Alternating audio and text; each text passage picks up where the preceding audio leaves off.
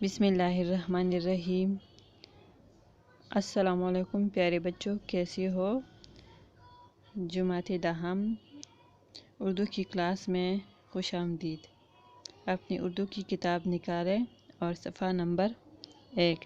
آج ہم شاہد احمد دہلوی کے حالات زندگی کے بارے میں پڑھیں گے، تو آپ لوگ اپنی پہلی صفحے کی طرف دیکھیں۔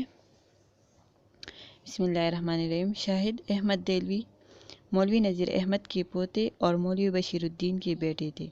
انہوں نے ابتدائی تعلیم حیدرآباد سے حاصل کی۔ دہلی یونیورسٹی سفارسی میں ایم اے کیا۔ تعلیم مکمل کرنے کے بعد ماہنامہ ساقی جاری کیا اور اسی نام سے ایک بک ڈپو بھی قائم کیا۔ اس رسالے نے بے شمار نئے لکھنے والوں کو متعارف کرایا اور ان کی حوصلہ افزائی کی۔ تقسیم ہند کے بعد پاکستان چلے آئے اور کراچی سے اپنا رسالہ جاری کیا۔ وہ ادبی تحریکوں اور انجمنوں میں بڑھ چڑھ کر حصہ لیتے تھے۔ انہوں نے انجمن ادبی جرائد پاکستان بنائی۔ شاعروں اور ادیبوں کے حقوق کے تحفظ کے لیے رائٹرز گلڈ کے ضمن میں نمایاں خدمات انجام دیں۔ انہیں موسیقی سے بھی بڑی دلچسپی تھی۔ وہ ریڈیو پاکستان کراچی میں بحیثیت میوزک سپروائزر مقرر ہوئے۔ اس سلسلے میں انہوں نے جاپان، تائی لینڈ، فلپائن اور ہانگ کانگ کے دورے بھی کی، جہاں انہوں نے پاکستانی موسیقی پر لیکچر دی۔ شاہد احمد دہلوی ایک ذی علم آدمی تھے۔ وہ دراصل نذیر احمد اور بشیر الدین کی روایات کے امین رہے ہیں۔ انہیں دہلی کی ٹکسالی زبان پر مکمل عبور حاصل تھا۔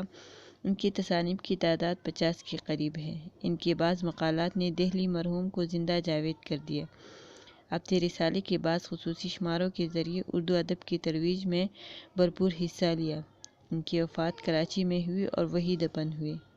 تصانیف: دلی کی وفتہ، گنجینہ گوہر، سرگزشت عرس، آندھی گلی، دان کا گیت اور پاکستانی موسیقی، یہ سب ان کی تصانیف ہے۔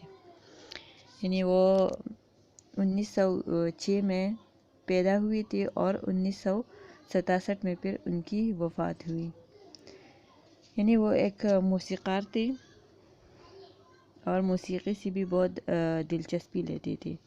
وہ ریڈیو پاکستان کراچی میں بحیثیت میوزک سپروائزر مقرر ہوئی تھی اور اس سلسلے میں انہوں نے مختلف ملکوں کے دورے بھی کی، جہاں انہوں نے پاکستانی موسیقی پر لیکچر دی تھی۔ ان کی تصانیف کی تعداد 50 کے قریب ہے۔ ابھی آپ لوگ ان کی سبق، شاہد احمد دہلوی کی سبق کی طرف دیکھیں، صفحہ نمبر 2 کی طرف۔ مولوی عبدالحق کے بارے میں آپ لوگ پڑھیں۔ مولوی عبدالحق دامانی دلی میں ایک قصبہ ہے ہاپوڑ۔ اس کی 2 چیزیں مشہور ہیں، پاپڑ اور مولوی عبدالحق۔ پاپڑ ہر شہر میں بنتے ہیں، مگر جو مزہ ہاپوڑ کے پاپڑ میں تھا، کسی اور جگہ کے پاپڑ میں نہیں تھا۔ عبدالحق بھی بے شمار پیدا ہوئے۔ میری والد کے پاس اردو کے رسالے آتے تھے، جن میں ایک رسالہ اردو بھی تھا، جس کے ایڈیٹر عبدالحق تھے۔ میں کالج کی ابتدائی جماعتوں میں تھا کہ اسی رسالہ اردو میں ڈپٹی نذیر احمد کی کہانی، کچھ ان کی کچھ میری زبانی کے عنوان سے مرزا فرحت اللہ بیگ کا مضمون چھپا۔ جب میں نے جنوری 1930 میں ساقی جاری کیا تو مرزا صاحب سے خط و کتابت بھی شروع ہو گئی اور وہ ساقی کے لیے مضامین بھی بھیجنے لگے۔ یوں فرحت اللہ بیگ کے سلسلے میں مولوی عبدالحق صاحب کو میں نے پہلی بار جانا پہچانا۔ 1930 کے بعد کئی دفعہ حیدرآباد گیا، مگر مولوی صاحب سے شرف ملاقات حاصل نہ کر سکا۔ مولوی صاحب اورنگ آباد میں رہتے تھے اور انجمن کا دفتر بھی وہی تھا۔ ایک بات پر مجھے بڑا اچنبھا ہوتا تھا۔ اچنبھا مطلب حیرت، کہ غیر ملکی، غیر حیدرآبادی ہوتے ہوئے بھی مولوی عبدالحق اتنی طویل مدت تک حیدرآباد میں کیسے جمے رہے۔ ان کے پیش رو محسن الملک، وقار الملک، مولوی نذیر احمد اور مولوی صاحب کے ہم عصر مولوی ظفر علی خان اور مولانا عبدالماجد دریابادی اور خبر نہیں کون کون ایسی ریاست میں قدم نہیں جما سکے اور کتنے ہی بڑے آدمیوں کو خارج البلد مطلب شہر سے نکالے گئے، مگر مولوی صاحب تھے کہ ڈٹے ہوئے تھے اور ترقی کرتے جا رہے تھے۔ معلوم ہوا کہ مولوی صاحب نے اپنی مدافعت مطلب بچاؤ کے لیے وہی ہتھیار استعمال کی ہے جو ملکی لوگ حملہ کرنے میں استعمال کرتے ہیں۔ انہوں نے اپنی غیر معمولی ذہانت سے حیدرآباد کے تمام بڑے لوگوں کو اپنی مٹھی میں کر لیا تھا اور وزیر اعظم حیدری کی تو ناک کے بال بن گئے تھے۔ ناک کے بال بننا مطلب بہت زیادہ قریب یا عزیز ہونا۔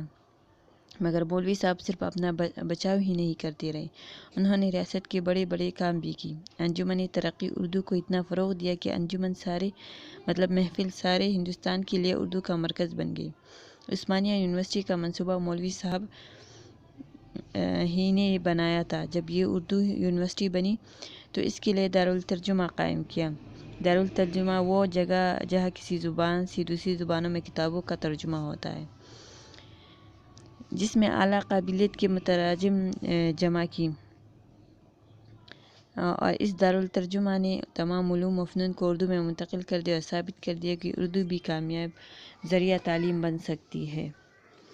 تو بچوں، یہاں تک یہ کافی ہے۔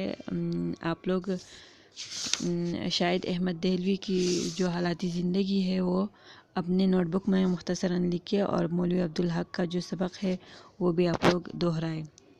اپنا بہت زیادہ خیال رکھیے۔ اللہ حافظ۔